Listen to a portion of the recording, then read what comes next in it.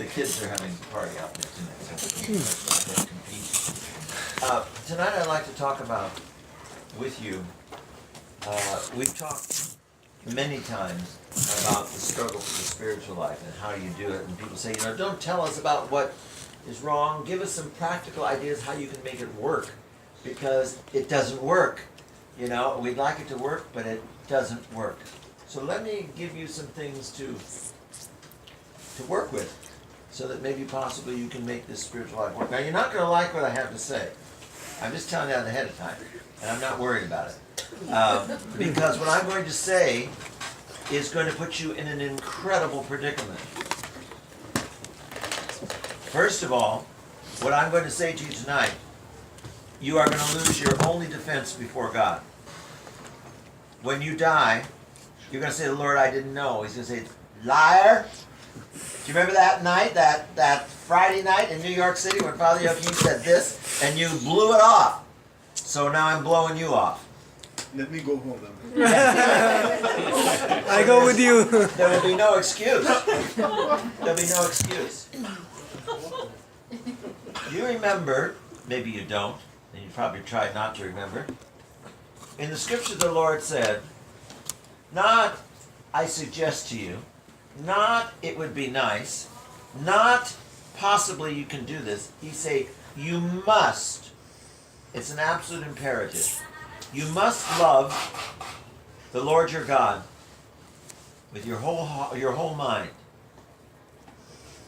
with your whole heart, with your whole soul and all your strength. He didn't say, I give it a thought. He said, you must do it. What does he mean by that? How is it possible to love anyone with your whole mind? Your mind is all over the place. Your mind is occupied with all kinds of things. Your mind is always obsessed with you. It's not, and you can't, how do you turn that over to God? The church teaches us, the fathers teach us, the Lord Jesus Christ himself taught us, that the world, the term we use, the world, we're not talking about the physical. That's good and it's holy.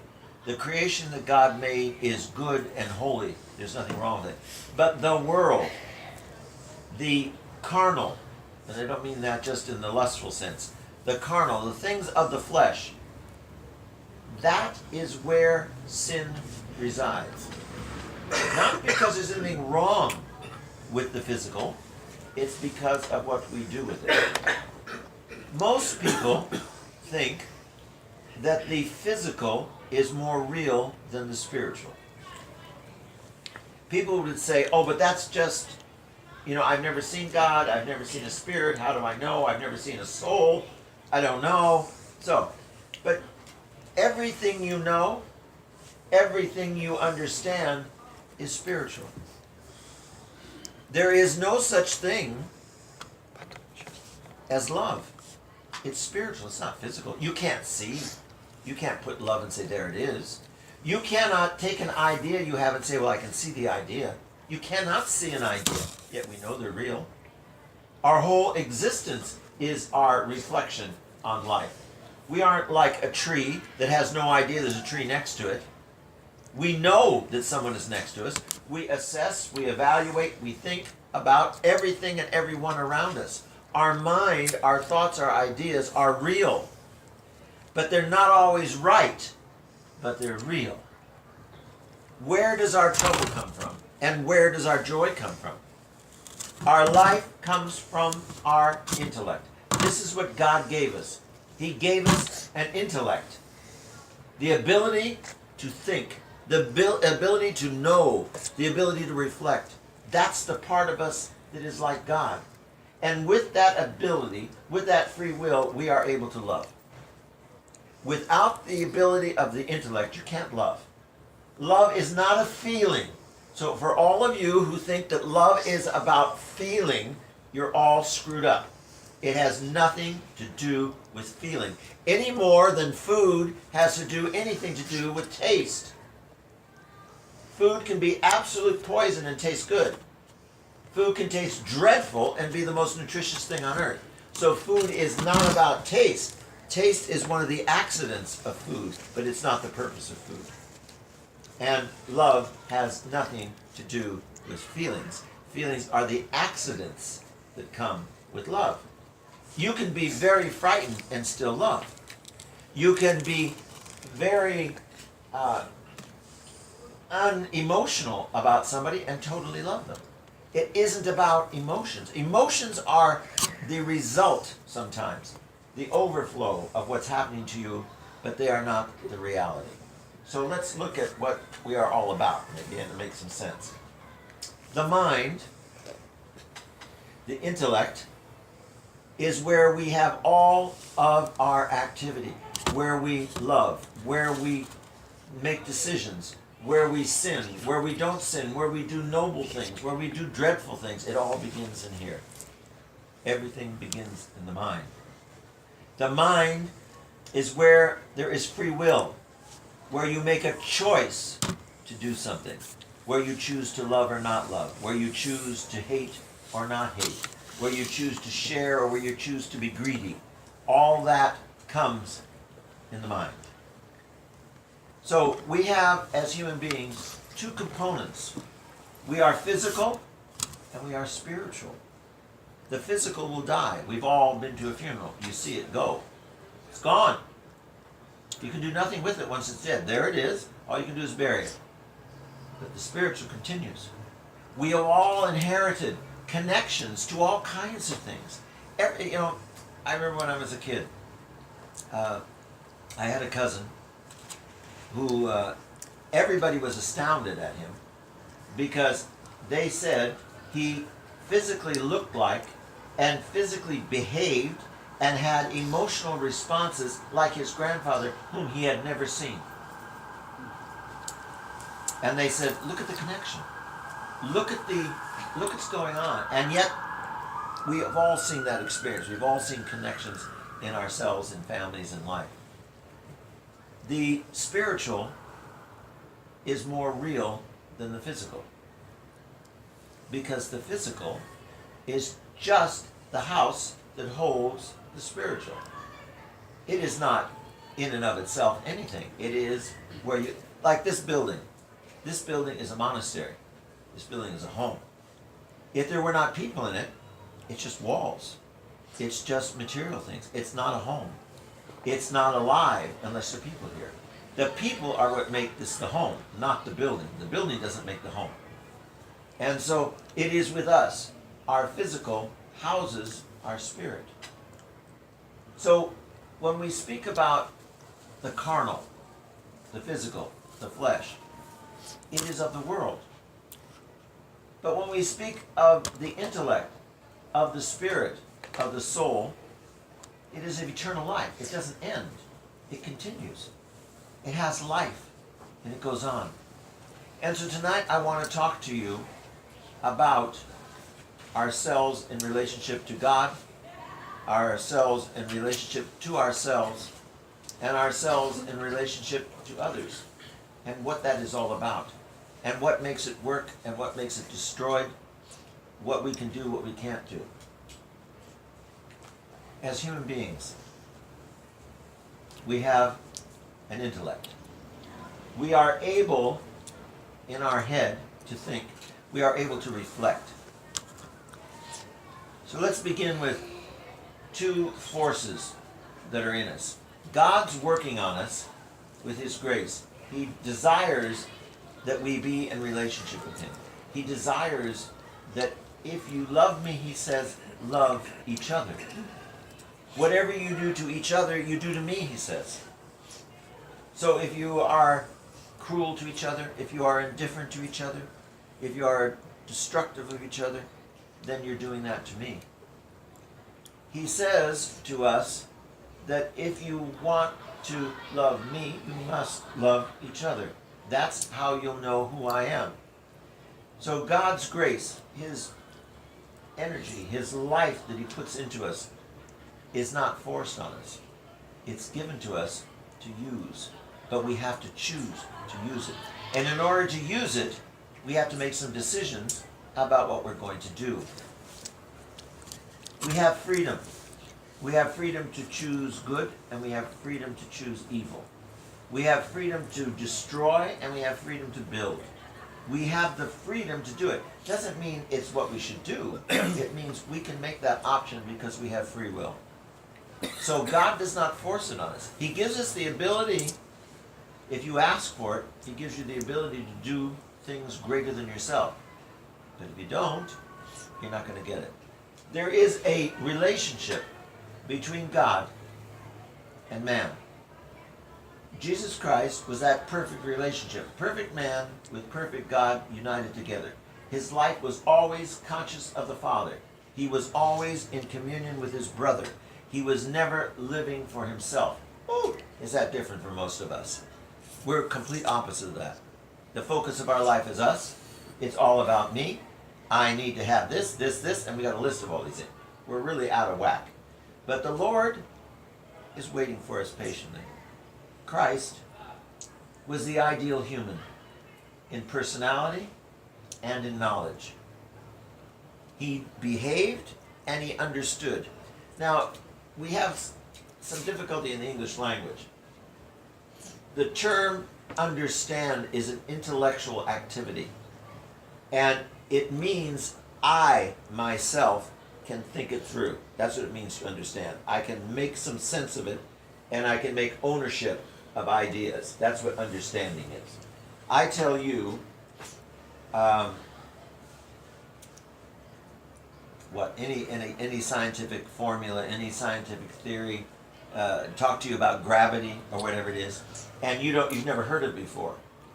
And I tell you there is such a thing as gravity, and I explain to you what it's all about, and then I show you how things have a gravitational pull, and you go, oh, I get it. Yeah, I know gravity. That makes sense. You didn't create gravity. Gravity is, if it's true, it's a reality that has nothing to do with whether you agree with it or not. Your understanding does not make gravity real. Gravity is gravity whether you know it or not. But you understand it, and then you make it your own. You say, oh yeah, I got it. So now you think it's yours because you understand it. I'm cool, I understand gravity. Well, gravity was there before you understood it, and whether you understand it or not, it's still a reality. So truth is a reality, whether you understand it or not. It doesn't change by you understanding it. You change by understanding it. It doesn't change. Knowledge is something quite other than understanding. You need to be able to understand in order to have knowledge. But knowledge is not understanding. Knowledge is knowing. Knowing is relational. It takes no relationship to understand gravity. It's a concept, which you can say, okay, I understand that. But to have knowledge is to know somebody, means you must have relationship with somebody beyond the intellect. It has to be greater than just a matter of understanding. It has to be knowing. And what is knowing? Knowing is revelation. Knowing is someone else reveals themselves to you. You cannot know me if I don't reveal myself. You can understand me.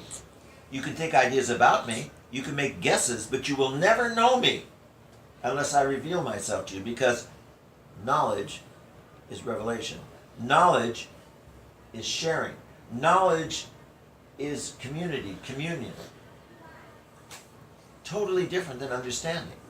But yet people say, I don't understand you. Well, who cares? You don't need to understand me. You need to know me.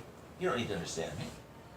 You don't understand me. I don't need to understand you.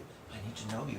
And I would turn around, somebody says, you don't understand me. I'd say, you don't understand yourself. And that's your problem, not mine. You need to know. Relationship is knowing, not intellect. And that comes from something greater than ourselves. God has revealed himself to us, otherwise we wouldn't know he existed. God has revealed himself to us in his Son, Jesus Christ. Perfect revelation of God is Jesus Christ. We know God because of him fully.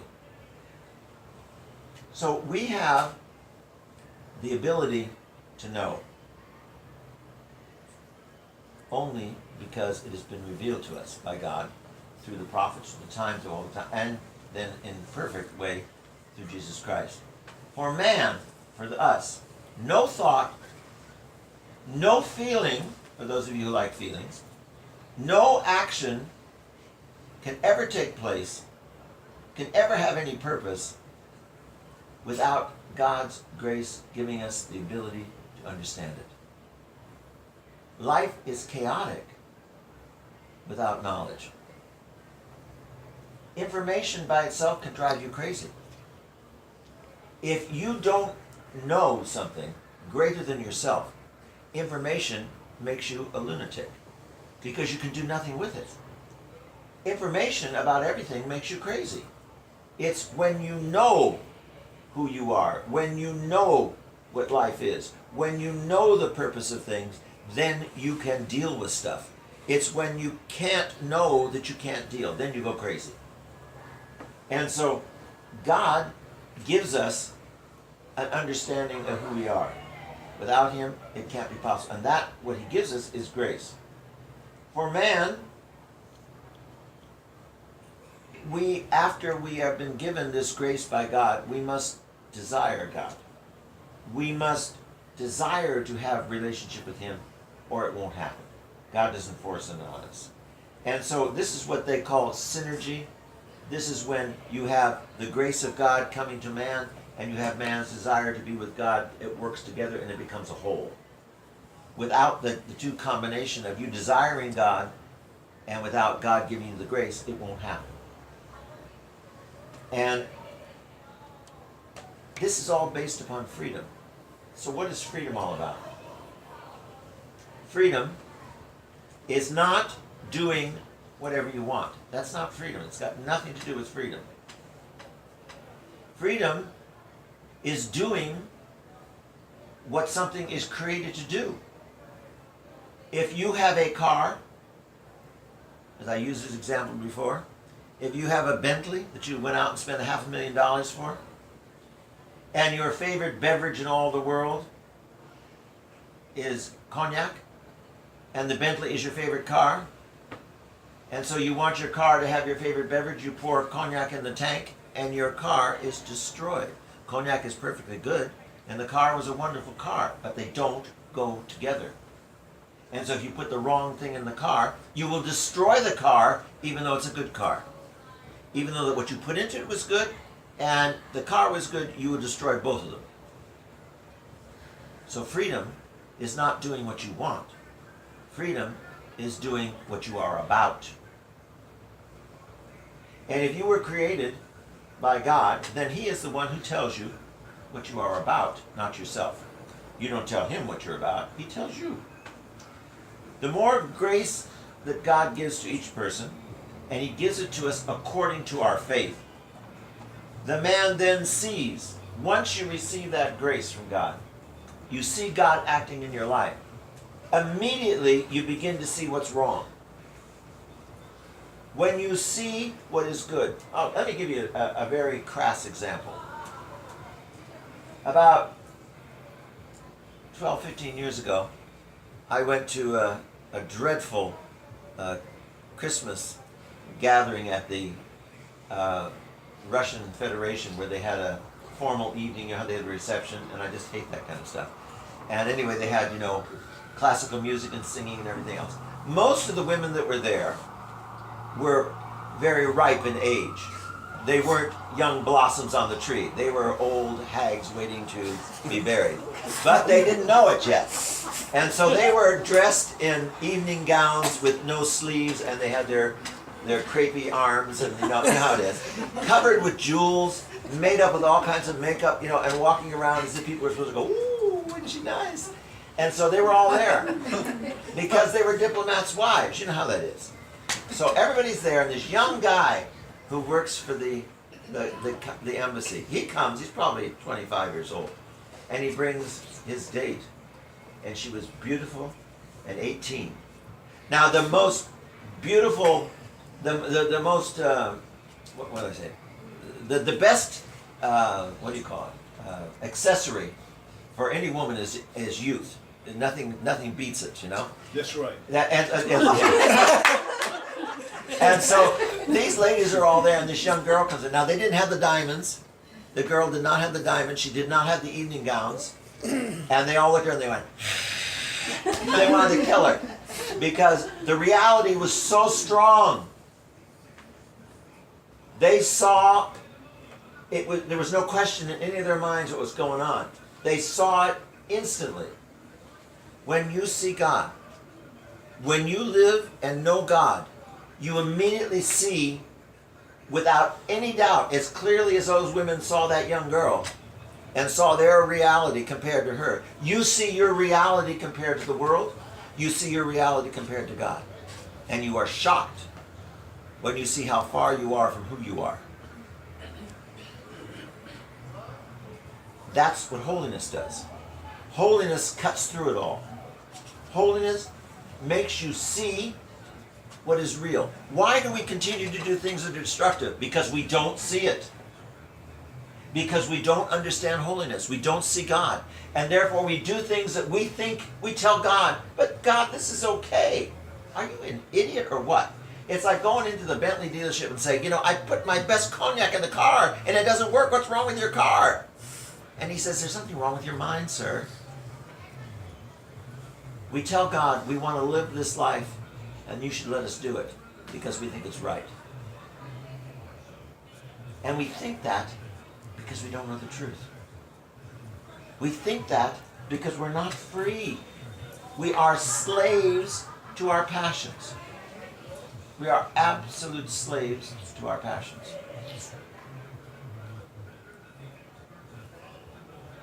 Once we start to see what is true, then evil reveals itself. Now, what is evil? Evil is the absence of God. That's all it is. It isn't some horned monster with wings with claws all over it. Evil is not loving. Evil is life without love. Evil is life without God, without a recognition of God. Evil is selfishness. Evil is you by yourself. That's evil. And we've all experienced the emptiness and the horrors of what we can do to ourselves. We don't need anybody else to destroy our life. We are experts because we are not listening to who we are. When you work with God's grace, man's will then gets where it's supposed to be. He chooses what is good. He chooses what is holy. He chooses what will bring him life, not what will take life away. We have to understand that. And this is where our problems come in. Man believes that he can think and he can understand everything. Wrong. Our problems come from our bad thinking. Our problems come from the disposition of our mind.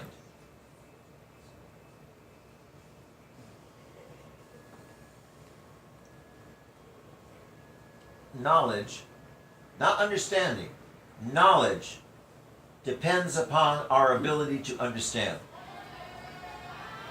The acts of understanding are acts of making what is true our own reality.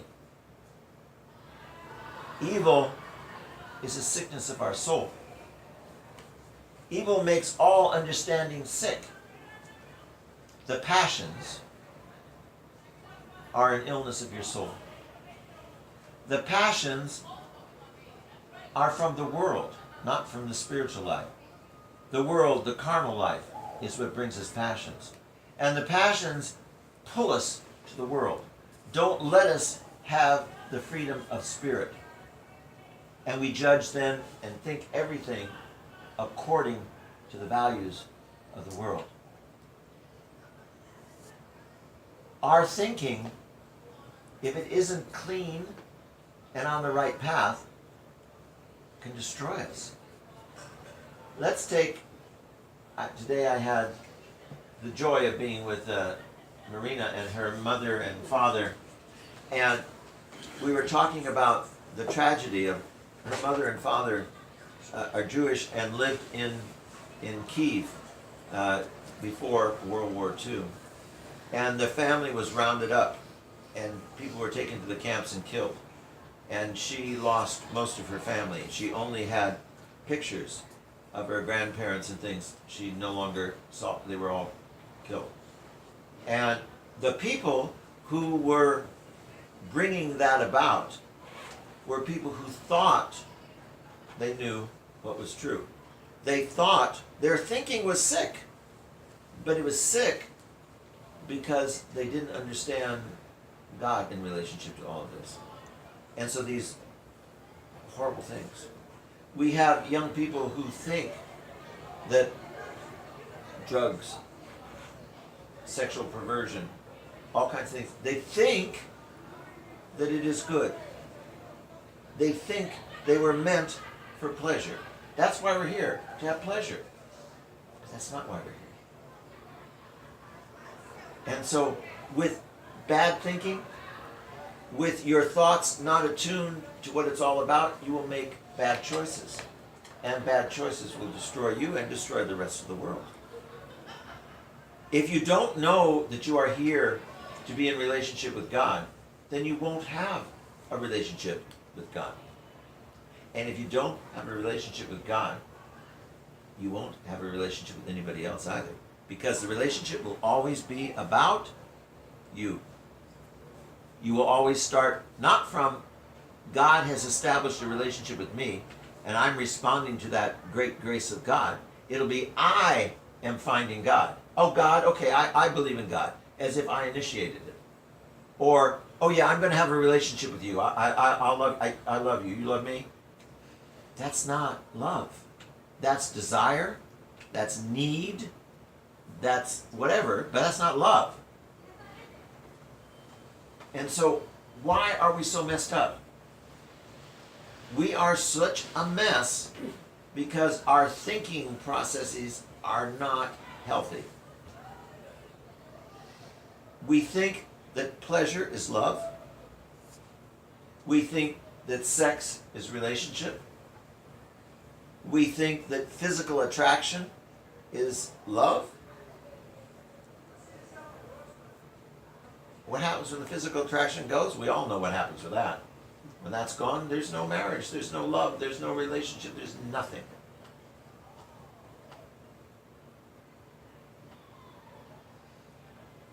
We've got to understand that if we want to live a full and healthy life, we have to have healthy thinking. We have to have our thoughts according to what life is. We can't be doing it according to what it isn't, or we will not have life. So, with that little bomb I just dropped on you, maybe we could talk about it.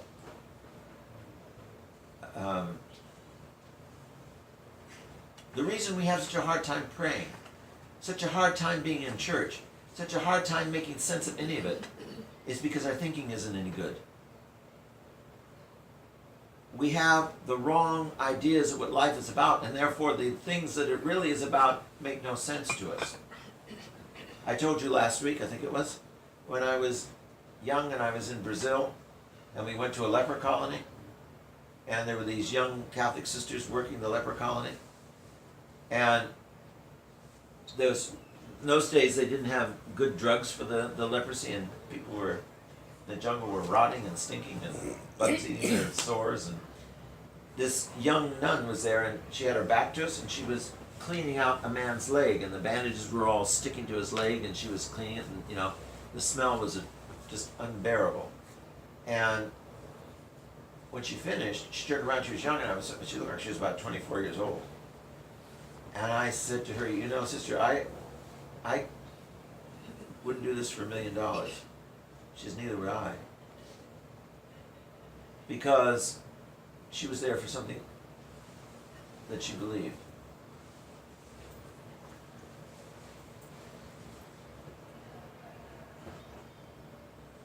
What are we passing on, not only to ourselves, but to our children? Are we teaching them that life is about what you look like? Are we teaching them that that's what it's all about? Are we teaching them it's about whatever? money, careers. That's not what it's about. Everybody in their moments of sanity has to know that's not what it's about. So what are we doing? What's wrong with our thinking? We sin, very simply, we sin not because we hate anybody, it's because we don't love anybody. If we loved, we wouldn't sin. It's not because I hate God that I sin, it's because I don't love. That's why I sin. I think loving myself is love. It's not love. It's emptiness. I always tell young people, if you are with a man or if you're with a woman and they turn to you and say, "Do you love me?" you quickly get your coat and you run like hell. Because that person doesn't know who they are and they want you to help them know who they are by telling them that they're loved. They're already loved by God. God loves you more than you can ever love yourself, more than any human being, more than all humans can ever love you. And if you don't get that, no human's going to do it for you. And what you're going to do is you're going to suck the life out of that person, saying, "Love me, love me, love me," when you're really saying, "I don't know who I am. I don't know what's going on. I'm lost."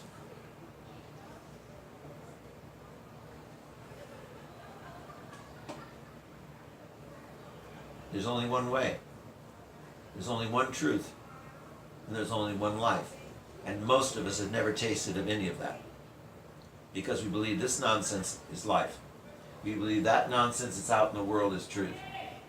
And we believe all that craziness, a knock on universities, all that artificial education we all spend enormous amounts of money on to get absolutely nothing for when we're finished, except a debt. And that's not the way. And that's not truth. And that's not life.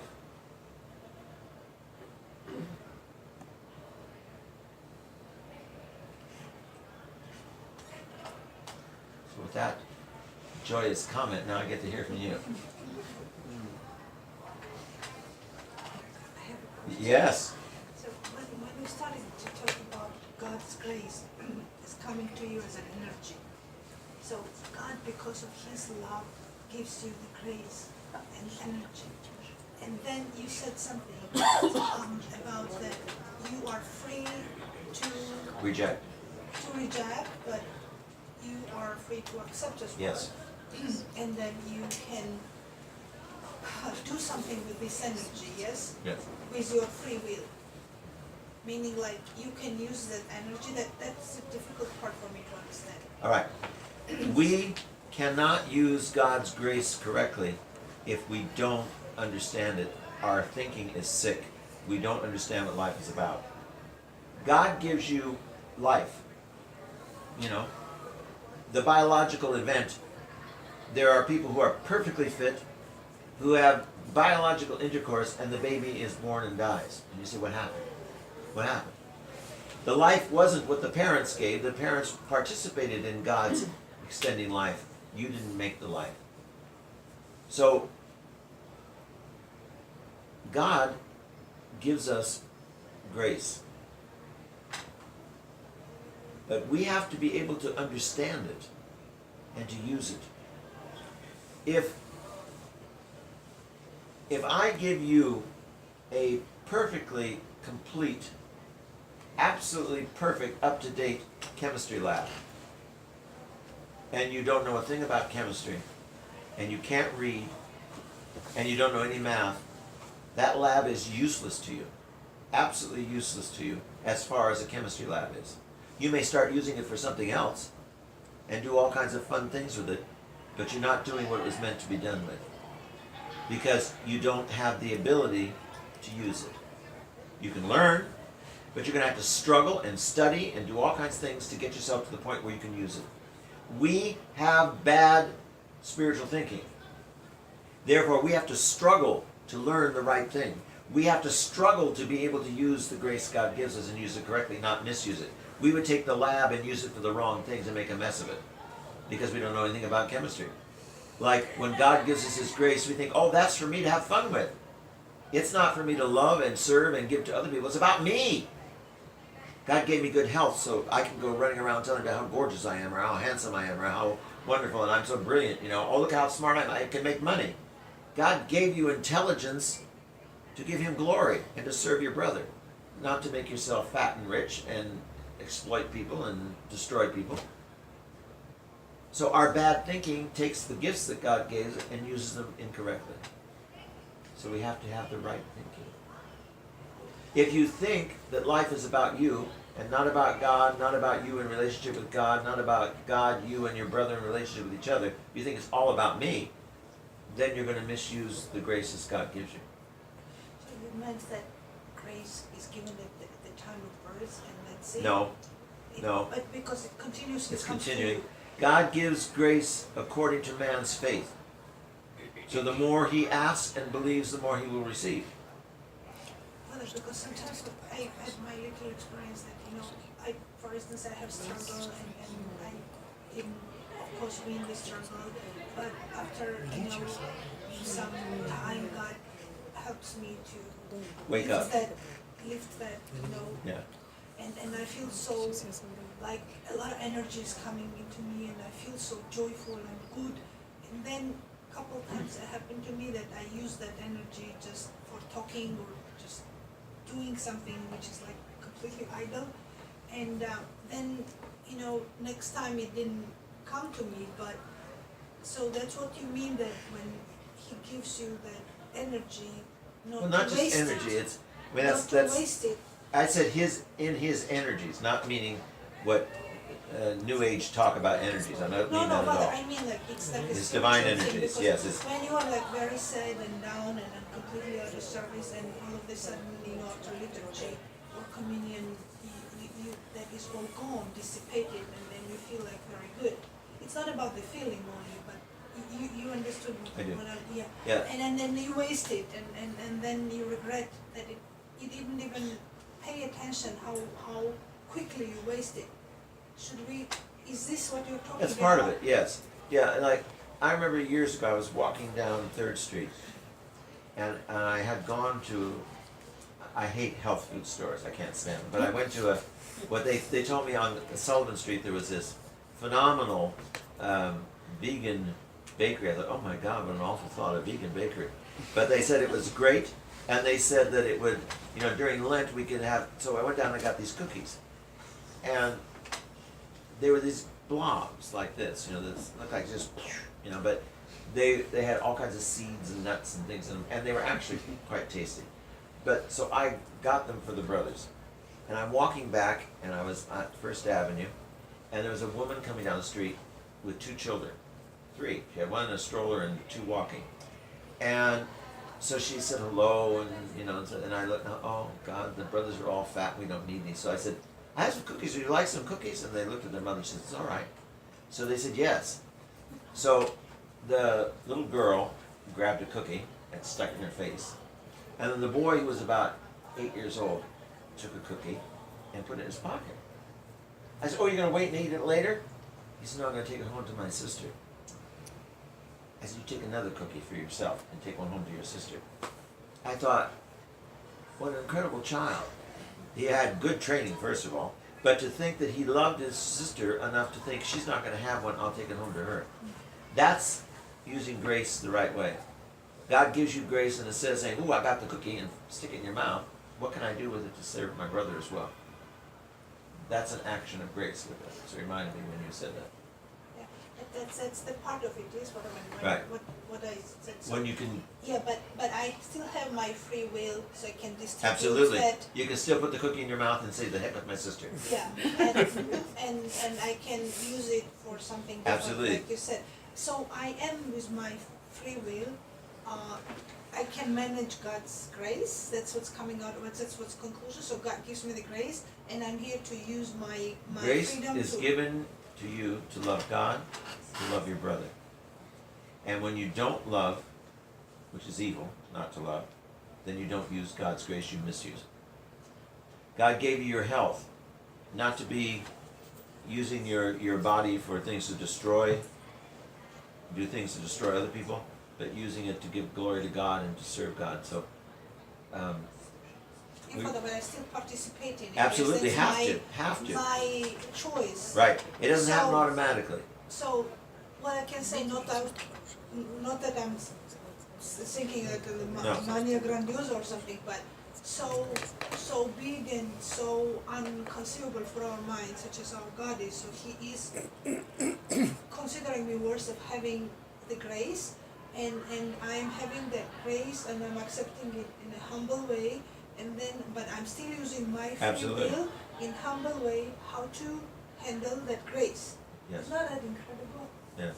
It is great. We participate with God in our salvation. It doesn't happen automatically. But also we get grace for that. Absolutely. Yes. You started off talking about the practical aspects of achieving all of this that you brought up, and it comes down to prayer. How do you, I find it very difficult to keep all the thoughts out Of of my course. head to get to prayer. Sometimes I don't even, like you said, we don't know how to pray.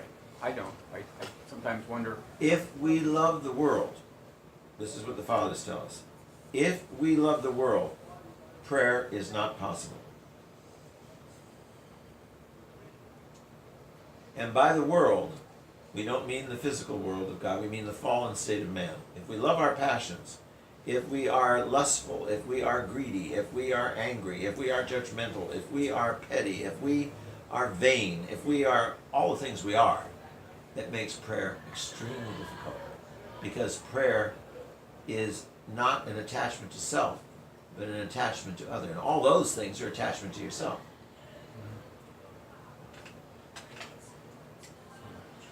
So when we try to pray, everything, all the demons come after us and drive our mind. Yeah. It's like putting on 30 different recordings at one time. You can't even begin to understand the what the noise clutter is and the about. noise is just... It's horrible.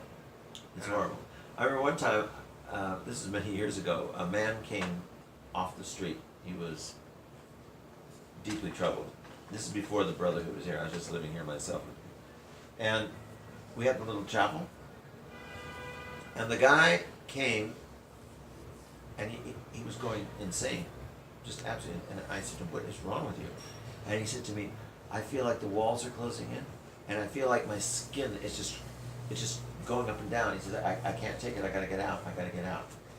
And I saw him maybe 6 months later. I said, "What was going on with you?" He says, "It wasn't drugs, I can assure you it wasn't drugs." He said, "I just felt I was either gonna suffocate, die, or be killed in that space. It was something I was not accustomed to." And he said, "And I realized it's because of the life I was living. I couldn't do it. I couldn't be there." It is, you can't stand next to anything that is perfection and not see your imperfections. If you are a wonderful piano player and you go next to the greatest piano player at the moment, you don't want to play. It's not that you can't play, you just say, "Wow, I want to listen. This one, I just want to listen. I don't want to play. I'm not of that caliber. I can't do it." You know, if you have a beautiful voice, and then you find someone who has the voice, and you say, "Okay, let her sing. Let him sing. I want to listen. I'm not ready to do this." It's not that you're putting yourself down. It's just that you bow to something greater than yourself. When we are in a room like Christians, we should. We don't do it, but we should. And the priest comes in, not because he's better than anybody, it's because he has been given a different. You stand out of, not because you put yourself down, but because you reverence what he's been given. And so you kiss the priest's hand, not because my hand is better than yours. It's because God uses the grace through my hand to give it to you. And so you're grateful for it, and you reverence it. It's not that I'm somebody special, but we tend to lose that. You know, when I was growing up in my house, when my mother came into the room, all the men stood up. My brother, we did, and we didn't sit down until she sat down at table. You know, nowadays, what are you doing? They think you're crazy. They think you're absolutely. And we've lost so much because we don't respect anybody, and it's nobody respect. I told you this. You know that building uptown called the Lipstick Building? I was there. This is years ago, and they had those revolving doors. And so I hate those revolving doors because, you know, if somebody's slow, you can't go anywhere. And so I go to the doors you can open. Okay. So I opened the door, and these two women came, and they were talking, maybe in their 40s, and they were talking, and they stood in the doorway and continued talking as I held the door. And I'm waiting, and they're still talking. And so I let the door go, and she goes, "Oh, how rude!" I said, "How rude are you? I'm not the doorman." I said, "I was opening the door for you out of respect, and you didn't even respect the fact that I was doing it." You know, they, no idea. Unbelievable. So the key is then is to not even try to pray until I can. No. No, let attachment Not to at all. the world. I have to let the world, you know, not let go of all You that do other both stuff. and, not either or. That's a lot. That's challenging. Okay, do you, because you don't know how to use food, let's say you either undereat or you overeat, do you stop eating until you can get control of it? No. You would die if you did. Right. Okay. You pray, even though you don't pray adequately. You pray until you learn how to pray. Okay. Did you ever try to dance? I don't know, I don't mean personally, but when you try to dance, you don't know how to dance, you don't say, "Well, I don't dance, so therefore I don't dance." You try until you know how. You step on everybody's toes and you knock people over, and then eventually you can dance. Okay. So praying imperfectly is okay. Well, no. Praying imperfectly is praying imperfectly, but you do it in order to learn to pray perfectly. Got it.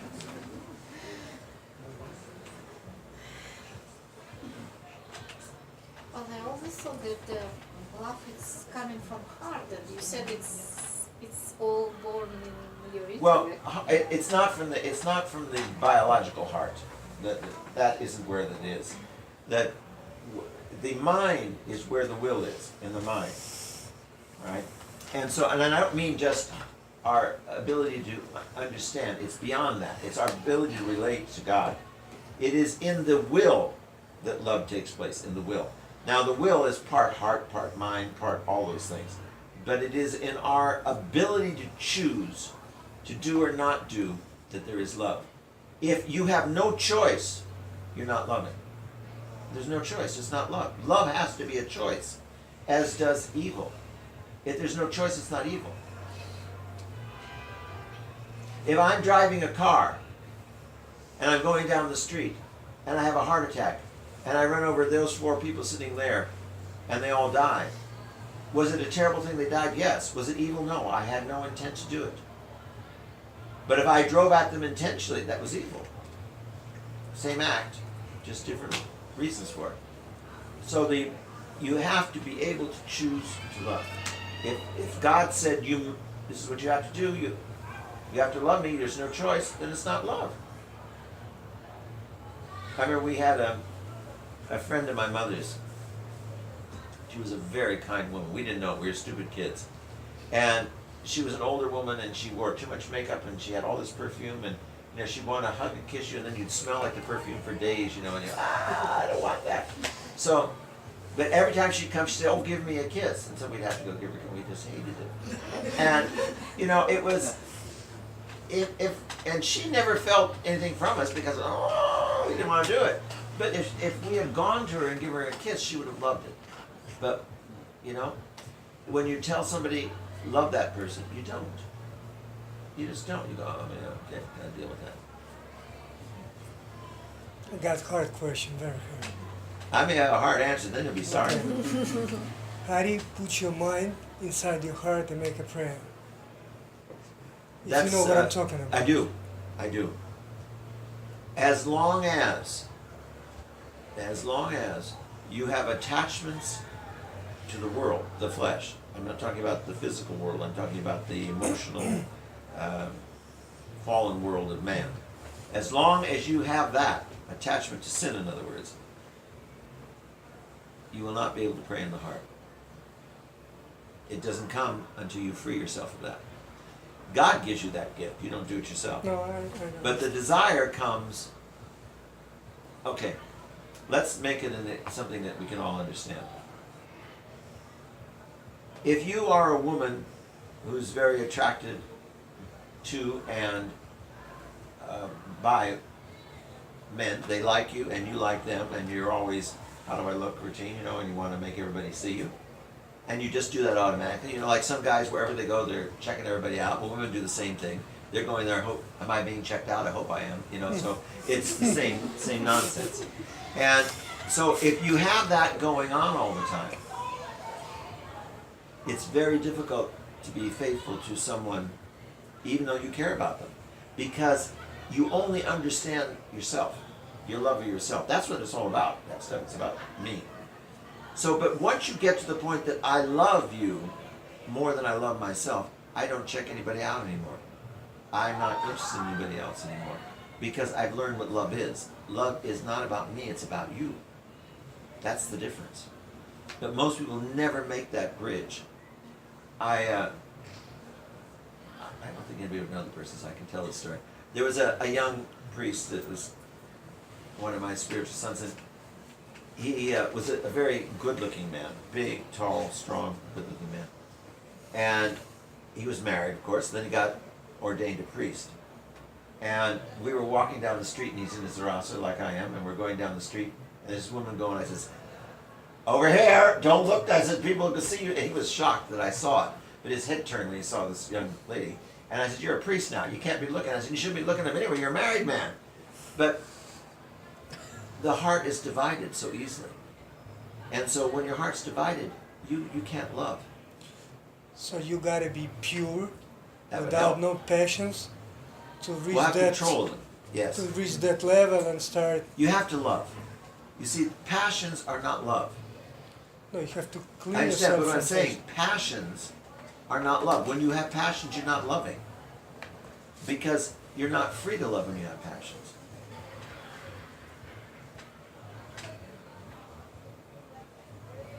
That helps me. That's part of my question. Thank you. Yeah.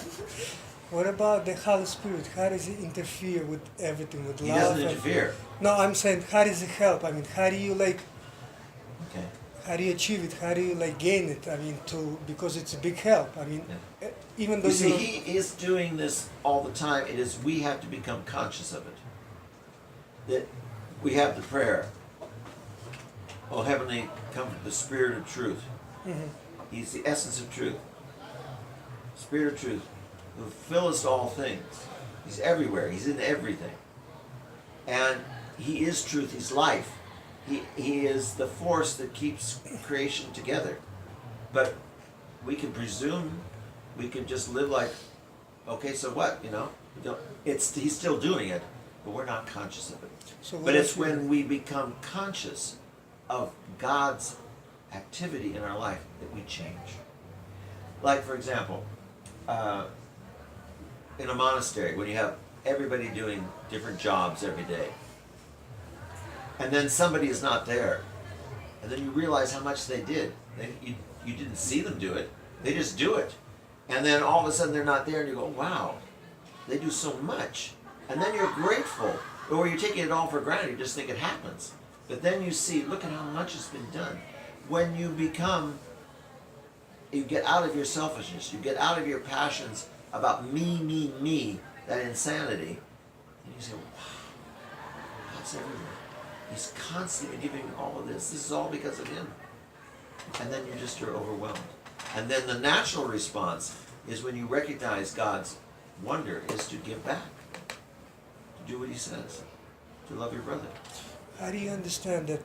I read that the fathers, they write when you reach that, what I'm talking about, that heart prayer, it's just a beginning. They say it's just a beginning. Yeah. How do you? I mean, some people, not some, most of the people never reach it, Yes, sir. and so that means they Most didn't poor start suckers to. in this world have never learned and never will learn to love. Because they're thinking it's about them. And so you're looking in the wrong place. You're never going to find it when you're not looking in the right place. If the job that you're looking for is in Brooklyn, and you're looking in this house, no matter how hard you look, you're not going to find it because it's over there. You got to go to Brooklyn to find it. But if you don't know even Brooklyn exists, you don't even know there's a job there, you're not going to find it. And you're going to look, and you're going to be empty all the time because you're not going to find what's there. You got to know what it is. You got to know where to find it. Then you got to go get it. And most people don't even know it exists, don't know where to find it, and don't know how to get it. And so they go through life like moles in the ground, bumping into each other, running around in darkness, not seeing anything. Because the Lord said He came in the darkness and He brought light. That's what He's talking about. Okay, watch another question. Why I've been to many monasteries, I've talked to many fathers, and nobody's like aware of this, about this prayer, how to do it. That's Even not true. Well, maybe the ones you went to, they didn't know, but people are aware of it, of course. So you saying they practice in the monastery how to pray, achieve this? Well, first of all, I can tell you from what little experience I have, that most people who have learned humility do never tell you about their virtues. So they say, You "I would know." never tell anybody about your intimacy with God, Why? because it's pride. You don't need to say, oh, I have achieved the prayer of the heart. That's something that they can help you learn. But when you come and say, I want to know the prayer of the heart, that's like saying, I want to go talk to the president. Who are you? You're nobody. Work your way up and let him say, I'd like to talk to you. And so you have to learn first humility. First learn, you start on your knees asking God to help you, not saying, I want to start at the top. You start at the bottom. And so maybe when you're going to them saying, I want to learn the prayer of the heart, and they hearing, he doesn't even know who God is, and he's saying he wants to learn it. Not talking to him. Thank you. Done. All right. You all look drugged out of your minds. Ah, yes. Who is that? Angelina? Oh, who was that? I was Oh, you again. All right. so when you waste that grace that God gave you, but you still want it to be given to you, and then here it happens and you have that grace, what should you do not to lose it? How you should pray and be humble and grateful? Yes, that just say. After don't be blessed. You see, grace is given to us because God loves us. And grace we are able to use if we love God in return. It can't be done without the relationship. So the relationship is the key. And then we're going to answer for it, right? If we use it in the wrong way, we're going to answer for it. Yeah, but why not look at the great chance we have of loving God and knowing Him and knowing ourselves. Let's love Him. And let's not worry about if we don't. Let's worry about, let's do it.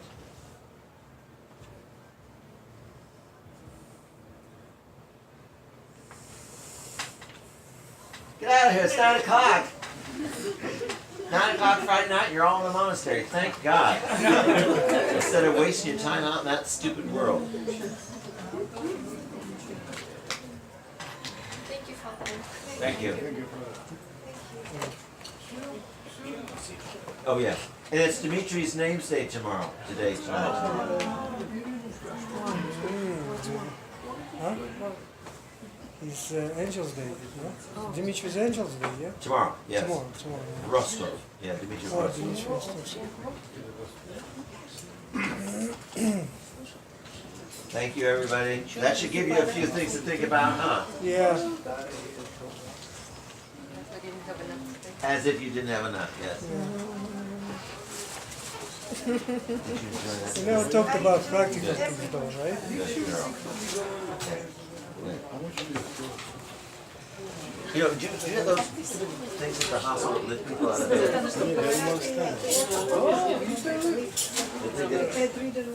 Oh, I need to get one of those. Shoot me out of the chair. Mother of a student said that where she used to work, he had a thing that you just push like that, and move them just so easy. What was that thing called? Mother, the hand to move people around to the Hoover lift, you know? Yes, but they're very good people. Oh, yeah. That'd be great.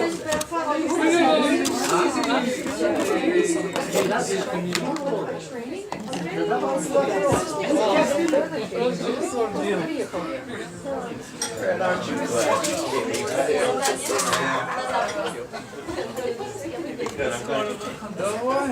Be careful. Tak, no dobra. Aha.